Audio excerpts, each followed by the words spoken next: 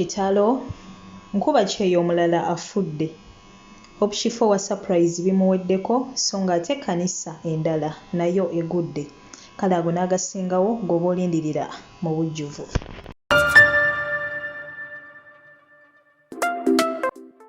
Kyagendera ddala mu maaso n'okwebaza egyo gyonna gye mutuusaako engalo mikwano gyange mwebale kugikakkalabya mwebale kwenoonyeza ekyo ekigulira Magala Eddiba ng'ate n'ogw'okumpuliriza nagwo mwagufuulira ddala mulimu. Nsiima nnyo nsiimira ddala Katonda basasulemu ekisinga obulungi mu budde bwe mumala wano nga mumpuliriza. Amannya enzo Omumbejja Aisha Nassolo wano ofunirawo amawulire gonna gagenda mu maaso mu ggwanga lyattu Uganda kwa celebrities bo bonna aba wano ssaako ate n'abo abali wabweru w'eggwanga. Mu nnaku ezimu tubeera wano ng'ate tukubaganya ebirowoozo ku nsonga ez'enjawulo naddala ez'aba hustlers. Kale munnange gwe yakanneyungako olunaku olwaleero ngenda kusaba bambi subscribe nga tojja kwejjusa nawe akomyewo ng'obadde bwa subscribe nga naye ng'okomyewo okulaba eno video mukwano gwange ekyokola kyamaanyi nnyo nnyini ddala.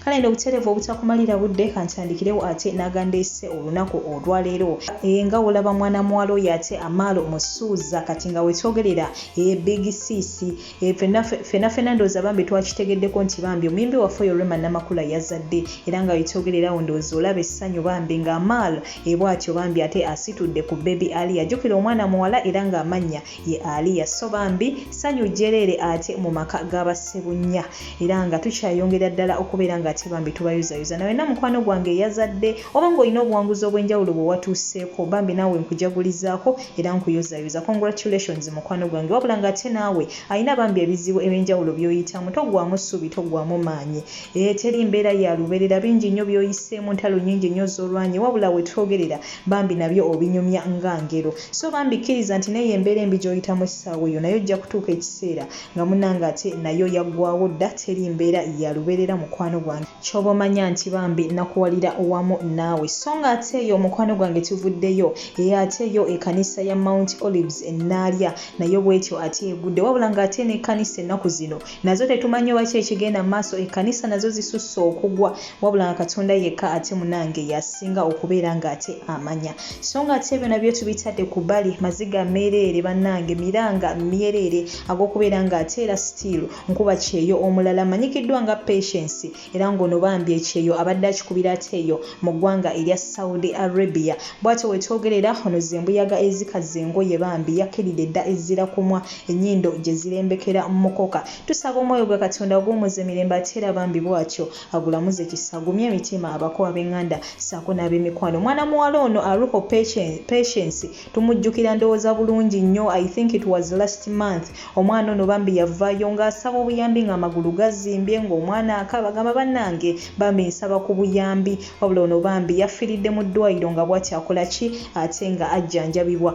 Wabula bankuba kyeyo nno nabo bangi nnyo abafudde ate mu bbanga lino ettono. Waliwo nkuba kyeyo yafiire ye Dubai mumujjukira Shafika yalabikirako ate awo ku SB4 Media. Waliwo nkuba kyeyo omulala era still yafiiridde Dubai era muvubuka. Waliwo omuwala era naye still yafudde bambi. So ye yafudde yakatuuka Uganda nga yakamalayo ennaku ntono nnyo naye bw'atyo n'afiira naye yafiiridde mu ddwaliro. Wabula nga bankuba kyeyo ekiyinza kyokka otuyamba Katonda yekka. Muve ku baana babalagirira kozesa obunnyo omanya kozesa budalasiini kozesa biki ebyo byonna tebikola. Weekwate Katonda weeyise bulungi naye ng'ekisinga obukulu ssaaba kubanga ye Katonda munnange we yasalirawo nti wano w'olifiira w'oba ojja okufiira. Naye baba nga bakamawo bakuyisa bulungi batya Katonda bw'aba yasazeewo nti omwana oyo ajja kufiira mu ggwanga lya Buwarabu era oba ojja kufa. Lwakuba ti ekyenjawulo ekiriwo nti omwana wafiira mu ggwanga ly'Abawarabu abalala balivinga other factors constant ne batunuulira emu nti oba oliawo Bawarabu be baamuse naye ng'ate munnange Katonda okufa yakuteeka buli wamu yadde ng'ate abamu munnange bafa mu nfene ey'obulagajjavu omwana n'alwala Abawarabu ne bagana si bamutwala mu ddwaliro. Abalala omwana nga bennyininyini oba be bamutuusizza ne ku mbeera ey'abamu babawa obutwa bannyinaffe ne baganda baffe. Kale bambi baganda baffe embeera abamu gye bayitamu sinungi ensonga lwaki bambi ndaajanira gwe wenna alinawo oli ng'oli bulungi bambi ate tutondawo mbeera egenda kuleetera bizibu.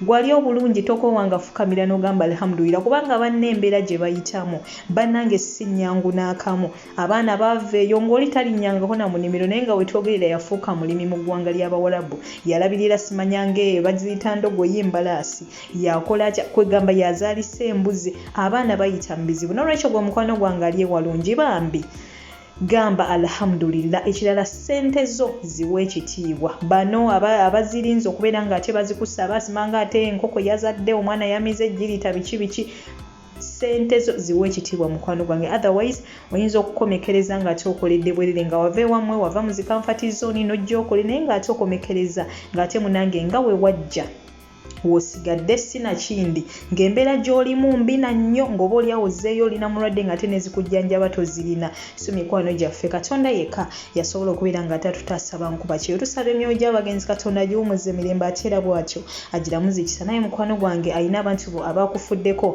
bami tusaba Katonda emyoyo gyabwe agiwumuzza emirembe ate era bw'atyo agiramuza ekisa. Amawulire gengenda okubeera nga ate nsembyayo omwana muwala ono Hope Shifa owa surprise ffenna gwe tumanyi obulungi ono byamuweddeko. Kinajjukirwa nti ono omukyala bambi yabaddeko awo e Dubai yadde nga ate essaawa eno yazzeeyo bambi e Uganda naye nga yabaddeko awo ate mu ggwanga erya Dubai bw'atyo kugamba nga yeeyagala.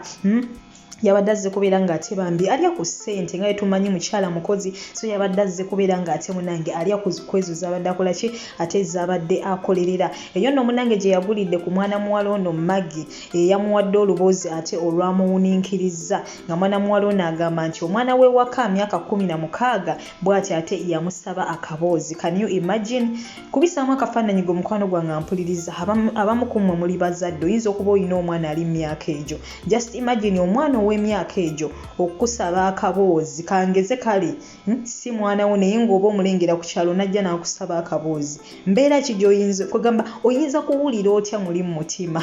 Kale no bambi bahasolazi tuyina ennaku naye nono mukazi wattu bambi yakiguddeko. Ngenda kulekerako ka vidiyo ke owulire nga ate atotola akawonvu n'akako wabula nga mikwano gyange byo si byangu n'akamu n'akeddagala. Wabula nga ate tunajjukira nti ate waliyo bannaffe bannayuganda bannaffe nga ate bino bo babikola kyeyagalire nga ye okwebaka n'abaana b'ewaka yagufuulira ddala mulimu ng'era yagugattira ddala kwegyo emirimu ate gye gyakola ki egyamuleesa. Saaka ate abamu okubeera nga ate bo beebaka ne babboosi baabwe oba abamu nga beebaka n'abakozi abalala b'ewaka banene abantu abamu balina amayumba manene oyinza okwesanga ewaka waliwo omukozi omusajja obaoliawo mu Filipino. Abafilipino tebatera kusangibwa enewa abasajja Ababangladeshi Ababangladesh nzitera kuwulira abaana bawala nga banyumya Ababangladesh ndowooza Ababangladesh abasajja be basinga okubeera nga ate bakola ki babeera mwaga amayumba g'Abawalabu n'abamawanga amalala Bayindi. Munnange bo nga abaana bawala bano beebakira ddala nabo nkutumiddeko mukwano gwange gwe wenna ekyakikola naye we Katonda waali kuvaamu oba olifuna lubuto oba olifuna sirimu sina kindi ekyo senga balikwata munnange ate kali kujjuutuka wabula nga bambi emize egyo tugyesonyiwe ddala. Womanyi nti ovuddeyo Uganda ozze kola abamulekayo abaami bammwe beera faithful bambi kubanga bo ate babeesiga nnyo bagamba nti abaana abali mu mayumba bo kalekaleko bano abali wabweru be babatiisa wabula ate abali mu mayumba bo bagamba nti at least ko bali safe wabula gwe tolaba nga ate kiba kinakuwaza nnyo omwami w'okubeera e Uganda n'alowooza oli safe kumbe munnange by'olimu ate munnange gwe osinga okubeera nga ate obitegeera. So bannange kume twebereremu boosi wo wabaako ensonga yonna yonna gyakusindikamu okubeera ng'okola nga zikwatagana ku nsonga za mukwano bambi siraba na lwaki omuntu wandibadde ate weerinanya ne boosi w'omusajja bannanga abantu baneeno tulina kubeera nga tumanyi wawe tulina okukoma yogera nabo wabula ate tosukka wawe okola ki woyina kukoma otherwise oba ojja kwereetera ebizibu mukwano gwange.